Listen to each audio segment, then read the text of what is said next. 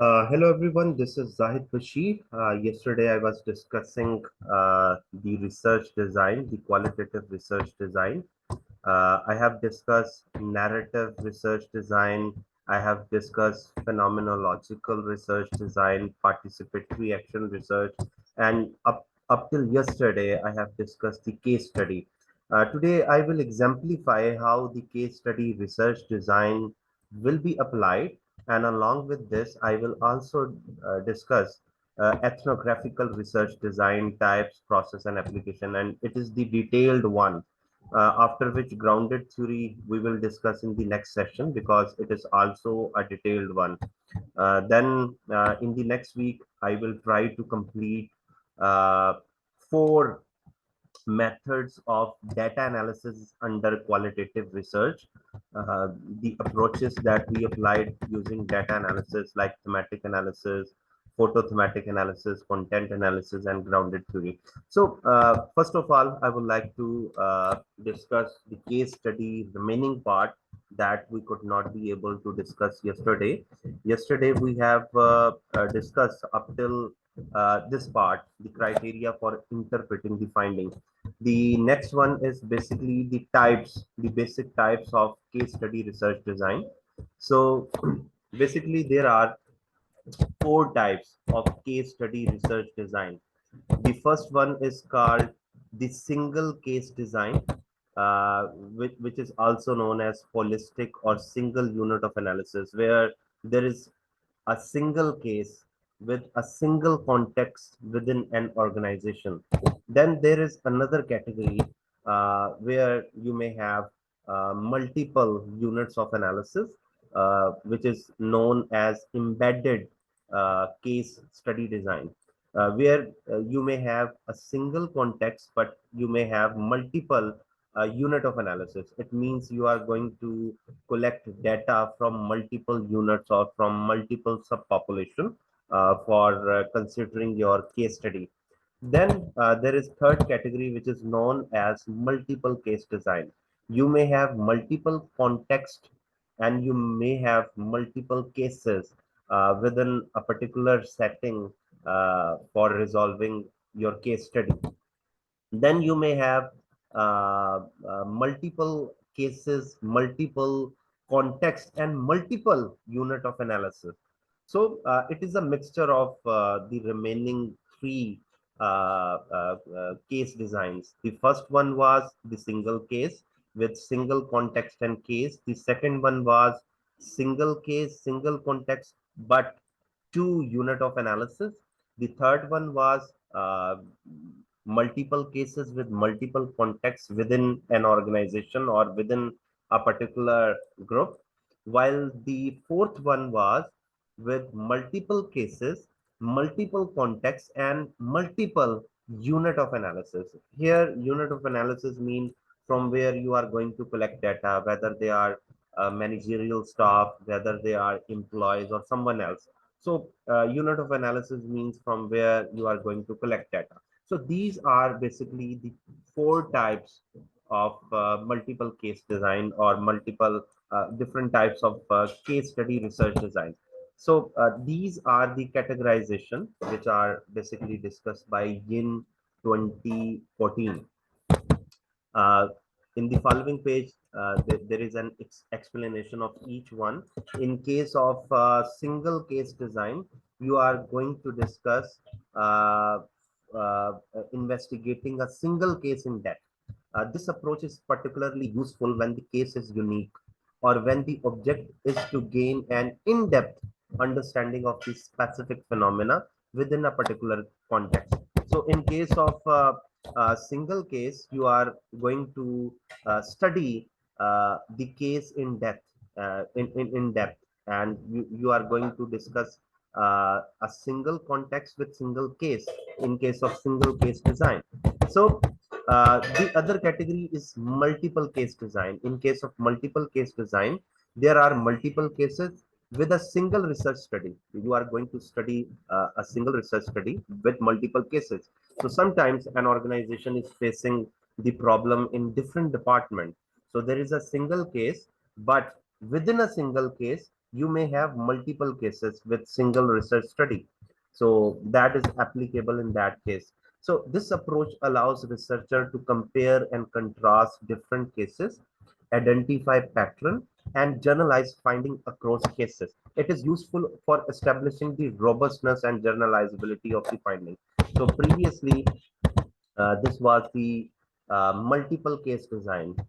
You may have a single research study, but you may have multiple cases within a single research study. So when you are going to study a single research along with multiple cases and along with multiple contexts. For example, I have given one example of an organization which is facing problem in multiple departments like accounting department, like finance department, like marketing department, like production department. So every department might have their own case and their own context. So you may study the multiple cases within a single organization or within a same research study under a multiple cases. So the third category was embedded case study design. Embedded case study design involves studying a specific case within a larger context or setting. So your context becomes larger. This approach allows researcher to explore how the case is influenced by its broader environment and the interaction between the case and its context. So in case of embedded case study, you have noticed here that in case of embedded case study, you have a context, you have a case, but you have two multiple unit of analysis. It means this is going to broaden your context. For example, if you are studying some case or some issue from accounting and finance department, and you may have two types of employees for data collection purpose, like you may have employees relevant to finance department only, and you may have the employees relevant to audit, accountancy, and taxation department only, and you are going to collect data from both of them as a unit 1 and unit 2. So you are going to study a broader context with a case that is embedded or multiple unit of analysis case. So this is known as basically the embedded case study design. The fourth one is collective case study design. Under collective case study design involves studying multiple cases within a single research study. However, unlike the multiple case design, the emphasis is on collective case study design is on understanding the broader phenomena by explaining the pattern and variation. So what you need to do in collective case study design, this is a form of collective case study design where you have multiple contexts, you have multiple cases, and then along with multiple cases, you have multiple unit of analysis. So it is a mixture of the first three categories. You may have multiple cases, you may have multiple contexts, and you may have multiple unit of analysis. So it becomes the collective case design. So you may apply as per your requirement. So if we need to apply the case study research design, there is an example we can use for our understanding. The example is, suppose you are conducting a case study on implementation of new employee wellness program in medium-sized tech company. So you are interested in wellness program of the employees of a medium-sized tech company. So what would be the questions? Because this is the first step in conducting case study research according to Yen. That you need to understand the questions first. So what type of question you need to explore in order to address this scenario? So first question would be, how was the new employee wellness program developed and implemented? Because our focus is on the implementation of new employee wellness program in some SME company.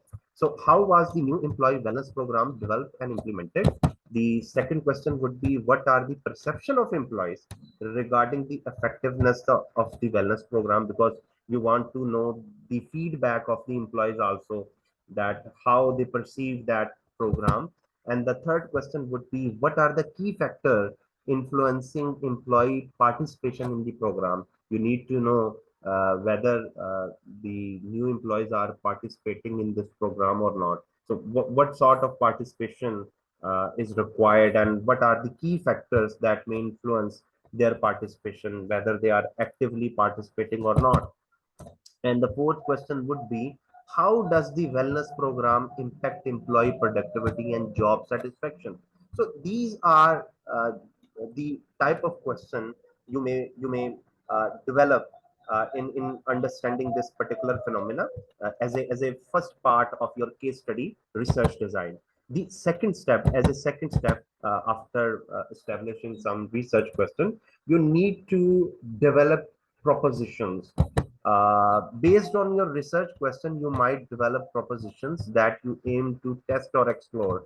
For instance, your first proposition would be, the successful implementation of wellness program is influenced by strong leadership support and effective communication strategies. That is your proposition or your suggestion regarding the research questions that you require as a first phase of case study research design.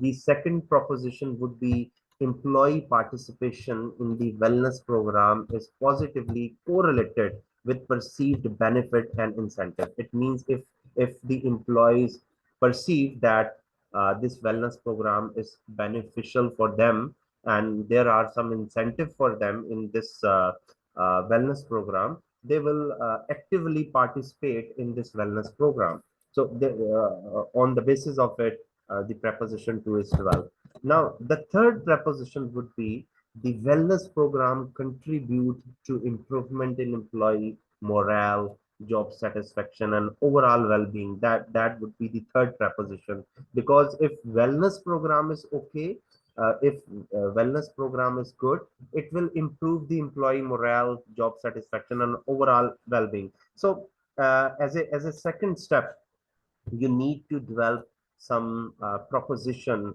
in order to facilitate your overall case study research design. Then, as a third step, what you need to do to apply your case study. Third step is the unit of analysis. The unit of analysis in this case study could be individual employees. So I have told you that unit of analysis means your participants, your respondent, from where you are going to collect data. So in this case, because the beneficiary are the individual employees, so they are the unit of analysis, because you are going to collect data from these individual employees. They could be teams, they could be department, or the organization as a whole, depending on the scope of your investigation. If you are particularly interested in particular team members, then your unit of analysis would be the employees in a particular team. If you are interested in a particular department, for example, accounting department, finance department, management department, marketing department, then unit of analysis would be the individual employees in that particular department. If you are considering the individual employees of the organization, it means all employees of the organization will become the unit of analysis. So it depends upon the scope of your investigation, that what would be the unit of analysis. In simple words, the unit of analysis would be those who basically required for data collection purpose for your case study. You might focus on understanding the experiences, perceptions, and behavior of employees participating in the wellness program. So you need to choose only those persons which are required in the wellness program. Then, as a fourth step in the case study application research design is linking data to preposition, because you will collect data, and after analyzing that data, you will link up that data or analysis with preposition. So to link the data to preposition, you would collect data that directly addresses or inform each preposition. For example, your first preposition, to investigate your first preposition, you might gather data on leadership support through interviews. with executive and managers and analyze communication material related to the program. So you would collect interview data from executive and managers because they are basically the leaders in an organization. So preposition one was basically related with leadership. So you are going to collect data from executive and managers to respond to preposition one. So in order to explore the preposition two, you could conduct survey or focus group with employees. So in order to respond to preposition one, you will collect interview data from executive and managers, and in order to respond preposition two, you would survey the data through interview or through focus group with employees to assess their perception of the program benefits and incentive and track participation rate. Then, in order to respond preposition 3, you might use a combination of survey and interview and performance metrics to assess the changes in employee morale, job satisfaction, and well-being over time. So this will help you out in making some important decision. And what would be the last step? The last step would be setting a criteria for interpreting the findings. That would be the final step in applying your case study research design. So criteria for interpreting findings might include consistency, convergence, and validity. For example, in case of consistency, are the findings consistent across multiple sources of data and different perspectives? Convergence, do different sources of data converge to support or refute the proposition? Whether your preposition are supported or denied after the collection of data and analysis of data. Are the interpretation of the finding logically sound and supported by evidence? You need to provide some evidence in terms of some interviews and in terms of the themes that were developed during the whole process in order to validate the interpretation. You would assess the extent to which the collected data aligns with prepositions and draw conclusion based on the strength and coherence of the evidence. So this is how the case study research design basically applies, how you can apply this case study design. The next one is after completing this, the next one in our list is ethnographic research design. We will cover some part of it today, and we will cover the remaining part in the next session, which is going to be conducted on Wednesday. What is this research design? Ethnographical research design. You need to understand this in a broader term, and you will be able to learn how this process is applied. So what is basically ethnographic research and how it is applied, and you need to understand it in a more sophisticated way, in a more broader term. So when we are discussing about ethnography, it means the study of a culture. uh, every person belongs to different culture, or different people belongs to different cultures, like you can see in the pictures. Eastern, western culture, you can observe different categories of culture within a single country or even within a single province or city. You may observe different types of people, their behavior are different, their food, their clothing are different. So ethnography is studying different cultures or different people or different types of you can say groups. So what is ethnographical research design? What are the types of ethnography, whether it is organizational ethnography or ethnography? What is the process and application? So being a trainer and as a faculty member at Department of Commerce, University of Gujarat, and PhD scholar at Halle College of Commerce, University of Punjab, Lahore, I am going to discuss the ethnographic research. So this is very important part for theory development through ethnography and ethnographic research design. It how to develop a separate theory. When you need to develop a theory, you should you should consider the ethnographic research in qualitative research design. So, ethnography, what is ethnography? It is basically the study of a culture. You may face different racial design, you may face different types of perception, wisdom, honesty, different types of community, different types of values in different cultures, like their gender priority. Some of the cultures gives priority to male genders. Some of the cultures gives priority to female. Some of the cultures gives equal rights to both of the genders. Some may have religious, some may have psychological differences. So when you are going to study a specific culture, you are basically conducting an ethnographic research design. So there may be some differences in terms of culture, traditional, and so on. So what does it basically really mean? An analysis of the shared pattern of behavior, beliefs, and language among study participants. So when you are going to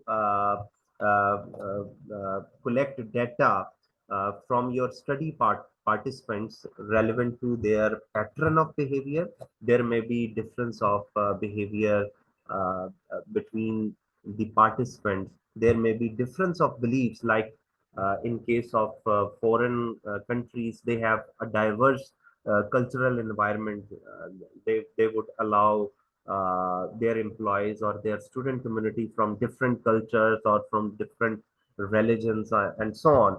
So what are their cultural beliefs, and what are their beliefs or other things relevant to their culture, their language. So you are going to discuss ethnography. So it is a study of an entire cultural group. You may study their behavior, you may study their belief, you may study their language and other criterias relevant to their particular scope. There is a concept which is known as immersion, which means sinking until covered completely with the water. It means if you want to understand something, if you want to understand a culture or something, you need to sink yourself until you covered completely with that specific thing. So this particular concept was given by Harris in 1968. So what does it mean by what does mean by immersion? You can see this picture. In order to understand the water, you need to sink down into the water so that you can understand whether the water is fresh, cold, or something else. How you can feel that water. So this is something like in ethnographic research. If you want to study a culture, you need to sink yourself down into that culture so that you can deeply understand the specific detail of that culture. So journey into reality. In the start, you are not certain about that particular ethnographic group. But when you are going to study and you make yourself deep dive into that culture, slowly, everything becomes clear and your focus becomes straight. So at the start, your focus may not be clear.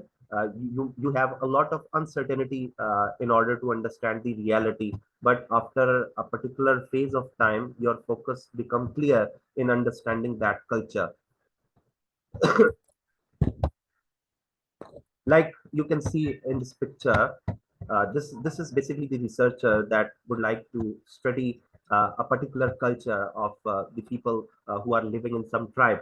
So he needs to adopt the living style of that particular group or particular culture, how they live their life, how they basically play the music, how they eat, how they wear their cloth, and how they live their life. You need to be the part of that group. uh, like I have told you, the concept of immersion, that You need to sink yourself down into the water to feel the water. So you need to understand that particular culture. You need to become the part of that culture. If you would like to study that particular culture, how they live their life, what are their specific skills. So this researcher has become the part of that specific culture. Like this is the Pakistani culture, the food, the basically pottery, the different types of crafts they provided, the different types of bangles you can see for the females here. As a culture, there are different types of styles in different provinces. There is a different style of different people, especially around the Pakistan, uh, and this is Punjabi culture, and you can see they are wearing their living style. They are different from each other. So in order to understand some cultural value of a specific group, you need to become the part of that culture in order to explore that culture fully as a ethnographic research. Like this one, these are different food styles, wearing styles, and how they live their life. There is a specific community which lives in Kailash, and there is a specific wear design of their cloth, and they always wear this kind of cloth, and they always try to use these kinds of things. So uh, in case of ethnography, you need to have different types of source of data. Like you can conduct formal interview, and you need to record your observation on a transcript. You may have informal interview, and you can record your observation on field notes. You may have participation observation, and you need to record that on field notes too. You may collect text, and you can create documentary analysis. You may collect images, and you can create a documentary analysis. So this is a style of data collection in ethnography. Like you can see the culture of a tribes. There are different types of their wearing, how they live their life, how they celebrate their traditional events, how they live, and how they behave differently in different cultures. So you need to become the part of that culture in order to observe their feelings, their living style, their behavior, how they behave, what is the particular language that they would use. So as a researcher, you become the part of that particular culture. So this is a data sheet where you record your observation as a researcher. In case of ethnography, how they basically portray their culture and how they live their life. So you need to record in this type of data sheet. This is a sample transcript where you record your interview as a part of the transcript. So this is a researcher, Steve, and this is basically the participant. So he's responding the questions posed by the researcher one by one. The researcher is asking him different questions, and he's giving some responses. So this is basically an interview transcript. So we are going to use the similar transcript for our qualitative research too. So when you conduct interviews, you take some images, field notes, you particularly integrate your finding in order to create your common grounds like this. So you compare in a logical way, like a Venn diagram. Some of the respondent give them some view, some other one gives them another view, some other one gives them another view. But there are some common viewpoints of all these participants that you can relate with the use of a Venn diagram. So this S is basically indicating the viewpoint similarity between all the participants. So you may be interested. There may be some similarity between A and B in terms of P. There may be similarity in between B and C in terms of Q. There may be similarity between A and C in terms of R, while S is basically indicating the similarity between all these three participants. So this is how you can conduct an ethnography. In the next section, we will discuss what is the difference between organizational ethnography and nethnography and the remaining part. If you have any question, you may ask, because there are a long way to go for this part, and we have a short of time. So if you have a question, you may ask. Yes, Dave or Wakar Muhammad, do you have any question? N- No question, sir. All right, all right. Then let's conclude this session, and we will meet on Monday with the same time and from the remaining part of this. And till then, stay safe and stay blessed, everyone. Thank you.